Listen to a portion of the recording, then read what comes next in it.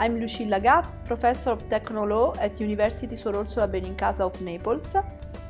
TATU-DPR is a research project co-founded by the Rights, Equality and Citizenship Programme of the European Union. Our objective is to design and organize academic courses to train data protection officers. As many of you know, European General Data Protection Regulation becomes enforceable in all Member States in May 2018.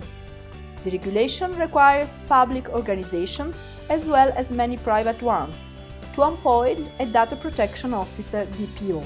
TATU-DPR delivers multidisciplinary courses covering legal, technical, organizational and behavioral issues related to data protection, thus providing a solid background to students and professionals who are interested in this subject and wish to cover the DPO position in the future. The consortium is composed by SME named ReLab, operating in the design, human-machine interaction, user experience sectors.